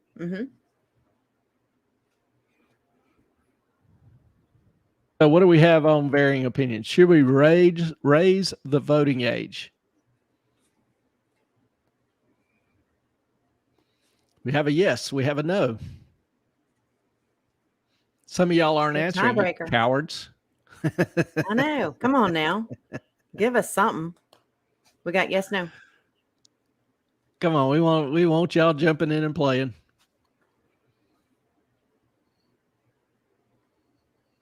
Draft age also needs to be raised to 21. I would agree with that.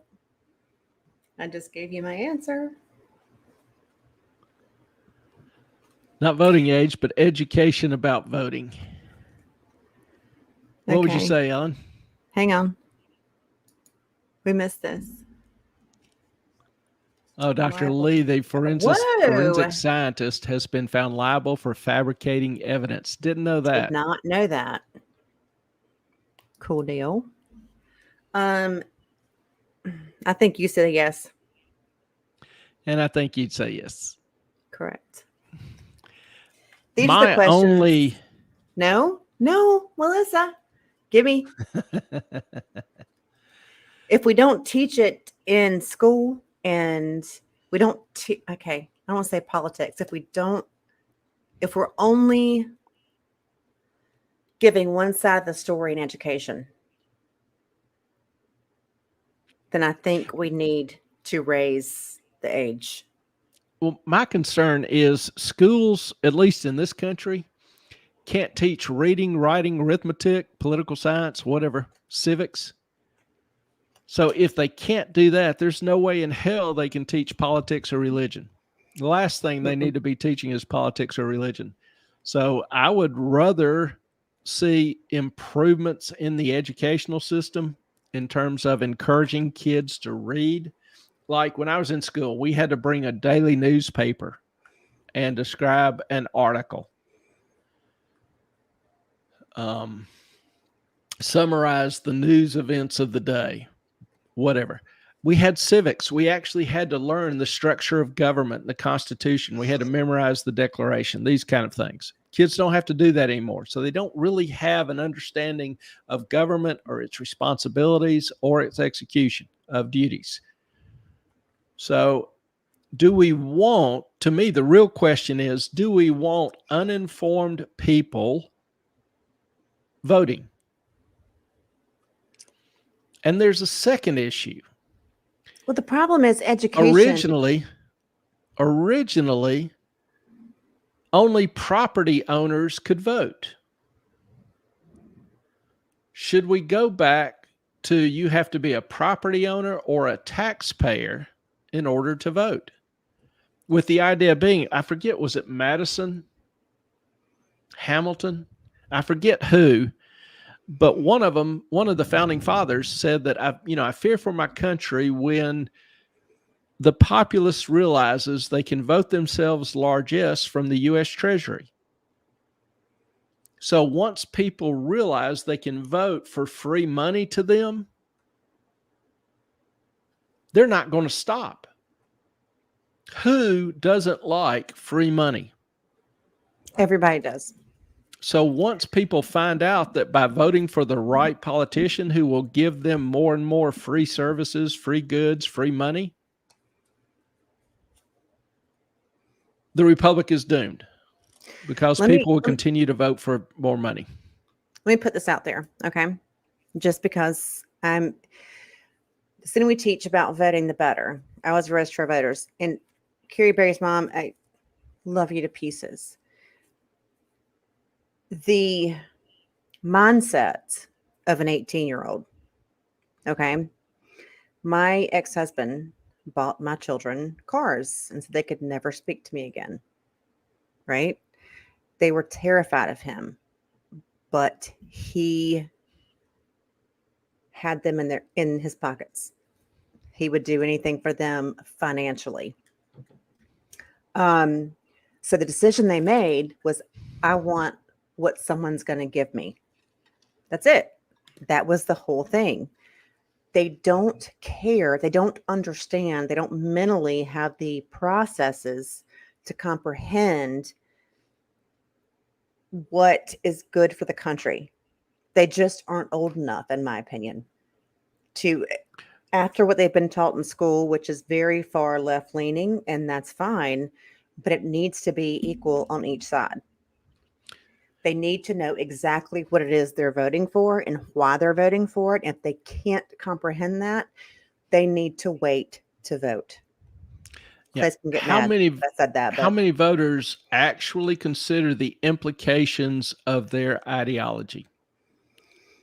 That to me is the big drawback in voting. I saw where Crazy Cat Queen made this comment. If you don't want uninformed people voting, you just eliminated 80% of the population.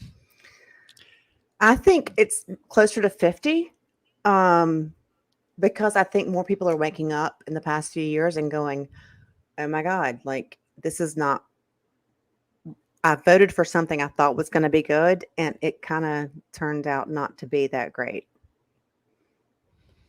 At least that's what I've seen. So, yeah, I do think I would rather have a smaller informed voting populace and hope with the opportunity for the uninformed to get informed. Now, how would you judge that? Couldn't do it, really. There's no practical way to implement that I think would be fair or constitutional. So it's just, simply me talking. But I have 50 rules for life. And rule number 2, I really do. Stupid should hurt. Rule number 2 is stupid should hurt. And so when voters consistently for a long enough time vote for stupid policies, that's the thing is policies oftentimes take years to realize the effects. And for years, they've been voting for certain ideologies and policies and whatever. Now, it's particularly like in these major cities with the violence and the decadence and the destruction, you're starting to see fruits of those ideas. Stupid should hurt. That's how people learn. I'm a great believer that pain is good. That extreme pain is extremely good. And we do a disservice to many people by removing the consequences of their actions. They don't learn. And so they continue doing stupid things. They don't benefit. They don't grow. They remain stuck because they're constantly being protected from the consequences of their own decisions. Now, that's a little brutal. That's a little rough. But my appeal is that I simply don't know of a system that works better. You cannot constantly protect people from the consequences of their own actions. You just simply breed more stupidity. So that's my 2 cents. Okay, get this one. I'm going to hit the next one. Okay. Carrie Berry's mom, you have no idea how people don't know how to read a simple ballot. This is the one I was talking about.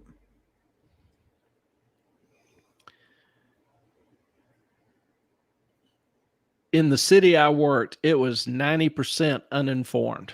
And That's that's very scary. scary to me. That's very scary. Yeah. Yeah. Crazy Cat Queen. I'm going to admit something crazy.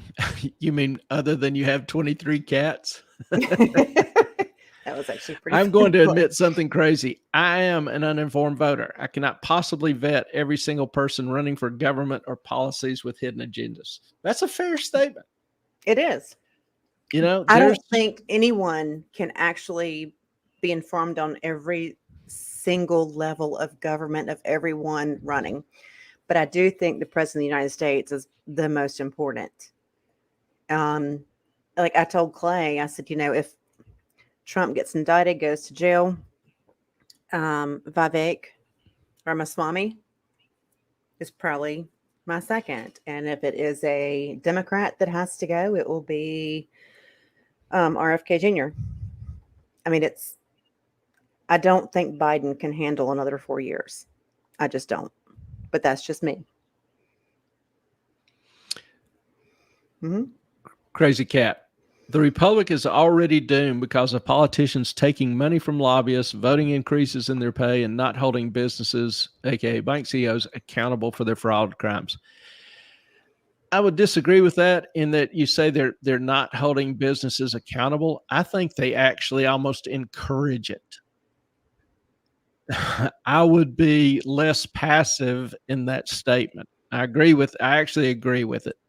But I would say that they literally are participating in it because that's what enriches them as well. How the hell do you go to Congress poor? You can't even afford apartment rent the first year. You have to sleep in your office.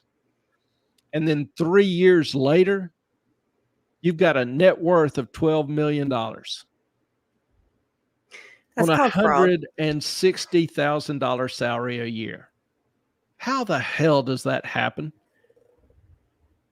I think it's like Harry Truman said, the only way to get rich in politics is by being a crook. And I think we've got an awful lot of corrupt people in office. And we keep voting for them. What are your thoughts here? Let's see. Local government is where you need to be informed as it affects your daily life, police, fire, etc. That's to my comment. I think about the president is where you need to start.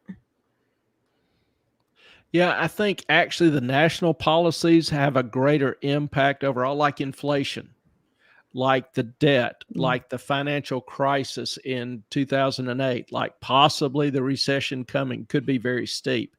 These are something that affects everybody. Locally, now it depends on I guess where you are locally. Like for me, I live in a small town, and you kind of know most people, or a lot of the ones running a little bit more celebrity. So to me, it's a You've little heard of them. easier. Yeah. Yeah. It's a little bit easier to evaluate local folks off what your neighbors see and hear and think and say. They come to your neighborhood coffee party or pool party or whatever and speak, that kind of thing. And their ideas, their ideology is not as far ranging. They'll talk specifics. They'll say, the police force we don't have enough officers. We need more. The police officers, we need to defund the police, whatever. They give you specifics. It's at the national level where they give you even more platitudes. It's like a beauty contest. They're up there going, I support world peace. Well, just how exactly are you going to support that? I mean, I don't know how many of you have actually contacted your state or federal senators. I have. I do it on not a daily, but a weekly basis. I'm like, hey, I don't agree with this. What are you doing? I'm your constituent.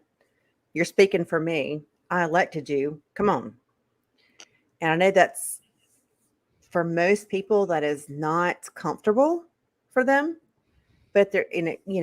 I'm going to sound crazy. I'm going to sound like, no, reach out, because that is why we elect them. That is their purpose. They get paid by our tax dollars and they should do what we ask them to do. And I would encourage anyone to reach out to their state, local, and federal senators, congressmen, whatever, and tell them what it is you want. I mean, they work for you. They don't work for the state, they work for the people. That's what our entire American system was created for. Carrie Berry's mom. The city elected a mayor who went to jail for corruption. Yeah, try DC about 20 some years ago. Yeah, it's kind of Their funny mayor was here. just doing It's a coke small town, but we continually elect the town drunk as mayor. every day. Don't know why. So it's like, sometimes you just got to shake your head. Smiling Owl. I've seen what Brexit was about. The misinformation on both sides made it impossible for people to have reliable information and make informed decisions.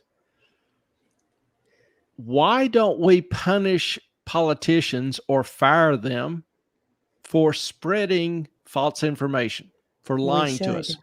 We Why never can't hold we? them accountable. Never. Why can't we? Why can't I've we? never seen, a voting populace the past 20, 30 years rise up and say, this guy's crook. He lied to us. He didn't do what he promised, what he said he would. Can him. Can we?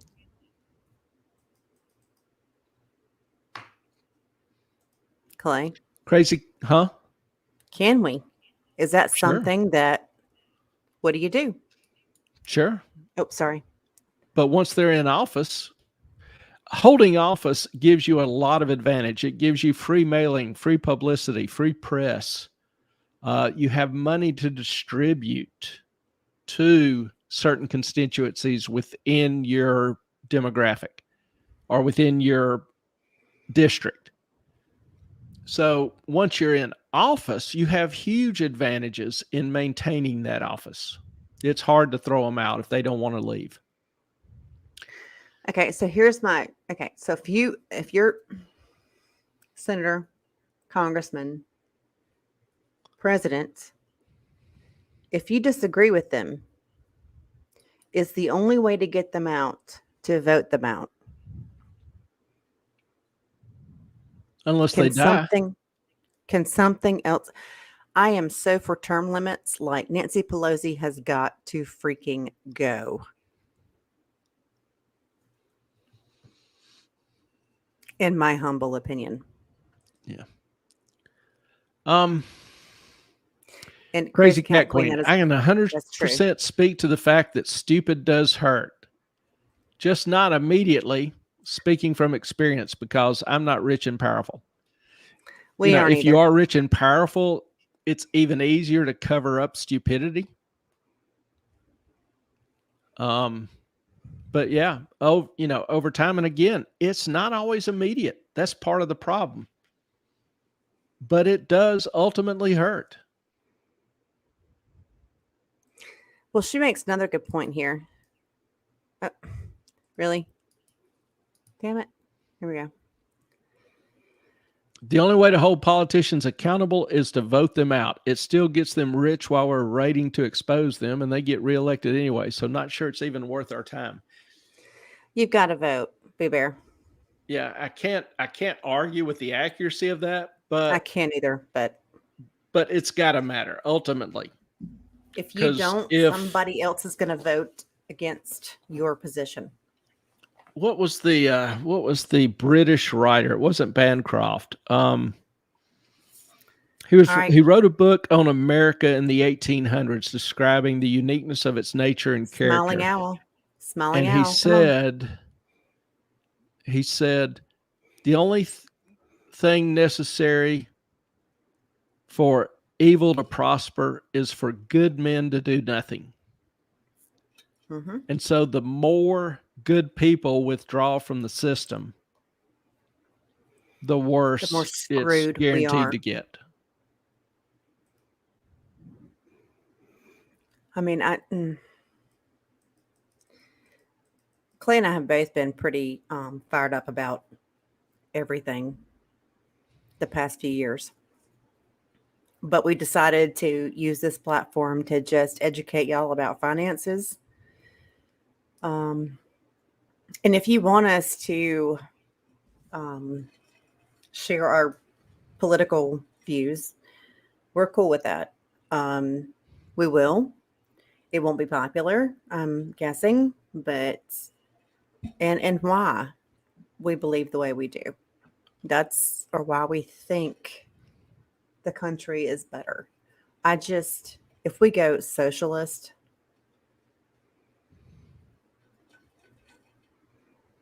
I might as well move to Venezuela. I don't know. Well, I'm a big lover of history. And I've seen socialism, central planning fail over 100 times. What it does is ultimately spread misery. So my research into history, first of all, makes me lean against it. Second of all, socialism, communism concentrates power in the hands of a few. I have never seen that inure to the benefit of the many. I've never seen socialism raise a standard of living. And we've had three perfect labs between a centrally planned economy and a free market economy. After World War II, you had East and West Germany. You had China and Taiwan. You had North and South Korea. All of those had same academic structure, same infrastructure, same educational structure, same natural resources, with the exception of China, Taiwan. Taiwan had no infrastructure. Taiwan had no mineral resources. It's just a big rock, basically. But in 30 years, in each one of those labs, there was a result that was clear and resoundingly unambiguous. And that was that the free markets had led to an overall higher standard of living for everyone, better health care, better education, and more freedom. So I think that is necessary, or I think history shows that it's a very consistent result. And that's why I believe and hold what I do. If somebody can point to me something different in history, I'm always willing to listen and look. I'm willing to amend my opinion to the facts. Mm-hmm. And I'm simple. So Ellen's going nuts over there. Let me go ahead and just break this thought and get to what she wants here. Smiling Owl. The only thing necessary for the triumph of evil is for good men to do nothing. Edmund Burke. Yes, that's the guy. Thank you. And Crazy Cat Queen, same. Yes, Edmund Burke. I used this quote in my graduation photo from med school. It's a simple truth, but it is a truth. I'm glad you do vote. I know it's tradition, and if you've ever watched 2,000 Mules, it just seems like a waste of time. I mean, I've thought that myself. I'm like, why in the world should I bother to vote? Like, they're going to cheat. Because so does my vote actually matter? Because the only thing necessary for the triumph of evil is for good men to do nothing. That's why you should do what you can. Support good people. Vote for good people. Share reasonable thoughts. We have lost in our society the ability to engage in rational discourse with differing opinions. And that's a big tragedy. Historically in this country, friends, family, people on a street corner have been able to have civil disagreements and still be friends, still be families. I've seen cases where people are kicked out of a family because of their political beliefs. And I think that's horrendous. I think that's just absolutely tragic. I don't care which side of the political spectrum you're on. It's we need to get back to valuing reason and different opinions, understanding that that's the only way we can learn, is to have our own beliefs and opinions challenged, to enter into thought, to see and hear and listen to new ideas, thoughts, and information. Okay, this is troubling, Clay. We've had city council elections decided by one vote. Yeah. I've seen, what was it? The Kennedy election to the presidency in 1960 was basically decided by less than 10,000 votes. So some people argue my vote doesn't matter. Yes, it does. My 2 cents. White collar criminals need to be treated just like blue collar thieves. A thief who steals 100 goes to jail immediately. White collar criminals who steal millions get to stay free. I agree. I would do something a little different on, particularly on first property offenses, nonviolent property offenses. I would make the perpetrator do restitution.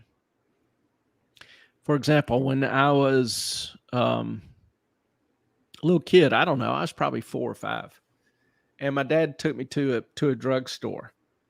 And when we walked out, I started eating on a candy bar, and he looked at me and said, "Where'd you get that from?" And I said, "The store." And he literally snatches me up by the, huh? You stole something? Yeah, I just walked out with it. He literally snatches me up by the scruff of my neck, makes me go back in the store, takes me back in the store, finds the owner, makes me apologize, and then tells the owner I'll come to work for him to pay for that candy bar. So the next few afternoons, he brings me, grabs a chair, and I'm sitting there sweeping the floor of this entire store. You should have. I've never stolen anything else in my life. And I'm very particular about that particular aspect. So I believe in restitution, particularly for first-time offenders. Make the victim whole, if possible. Okay, now, white-collar crime, where you've got $100 million, you take their house. You take their retirement plan. I don't know that they need to go to jail. I don't want to pay $200,000 a year to keep them in prison. Second offense, sure. But, even Bernie Madoff. Now, he should have been caught a whole lot sooner, which is a whole different subject. But, take everything they have acquired, even if they put it in their wife's name, everything they have acquired down through the years, and make them work to repay. Some people got justice from Bernie Madoff because my ex-in-laws were involved with him, invested with him, and they took tens of thousands from me, who had nothing. Antique dining room furniture, all kinds of things. And when Bernie Madoff took them down, I'm sorry, I felt kind of good about that. Yeah, a lot of Bernie Madoff's losses have been recovered and repaid down through the years. So, don't know exactly who got what or whatever on that, but we won't get into that. Yeah, I'll leave that alone. And, same with FTX and Sam. They're recovering, a fair amount of the money he lost. Some of it obviously will be lost forever, but property crimes, first offenders, I think we got too many people in jail. And so I would take a look at, what we're doing and how we're doing as far as penalizing people. The violent ones get off with nothing. Huh? And those with several misdemeanors get hammered. Smiling Owl. Okay. My dad lost his faith after he was kicked out from church when he admitted his political thought while in confession. Poland in the 70s. I am so sorry. Yeah, that is not the proper role or function of the church. Unfortunately, oftentimes great evil is done in the name of the church. And that is sad. Don't know what his views are. Don't know what the particular ones of the church were. Poland in the 70s was largely communist. It's probably, Mm-hmm. and that's one thing in the, Eastern Orthodox faith is that it still is heavily influenced by, former communist theology, who altered the teachings of the church somewhat to fit better with communism. All right, so I think this channel can solve all the world's problems, or this channel can solve all the world's problems. Yes or no? I'll pass on that one. Yes, we can. I mean, come on. Crazy Cat Queen. But white collar again. criminals injure so many more people. How many more people do you think self-deleted when they lost everything? Isn't that negligent manslaughter? If it was to that extent, if they had people literally committing suicide because of the theft, that's not just theft. That is manslaughter. Yes, I agree with you on that. Okay, but I'm talking about nonviolent property crimes. If what was her name? Who was the home decorator? Martha Stewart. Was convicted of a $50,000 insider trading deal, which is funny. If you actually look at the trial, the judge, before the trial began, threw out the insider trading charge because he said there wasn't enough evidence to pursue that charge. Well, the trial continued and the jury found her guilty of lying when she said she didn't commit insider trading. But there was no evidence she insider traded.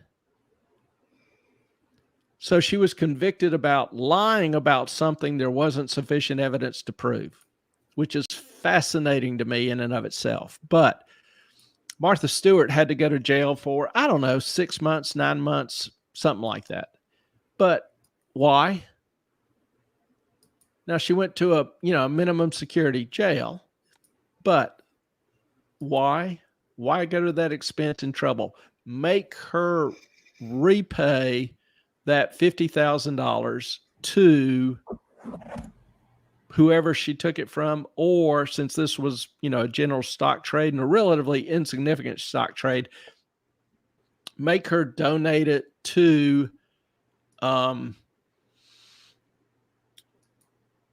some charity. Like, what's that charity for dying kids who tries to get them their dream before they die? Can't think of the name of it. Make-A-Wish. Make-A-Wish Foundation. But I'd much rather see something like that rather than sending a non-violent offender to jail. Crazy Cat Queen. I won't say the first word. Don't know if I can. Clay, you can't say those words. You'll get a YouTube strike. That's why I said self-delete. Okay, we're going to... Carrie Berry's mom. Here we go. Sorry, YouTube. Kind of think YouTube's been hitting us a little bit lately anyway. Can't prove it. They hate us. It's fine. They hate us. Here we go. Carrie Berry's mom. Here we go. Y'all are a great group. You really are. You make this time enjoyable. And so we thank you for that. Very much so. Yes, screen battles.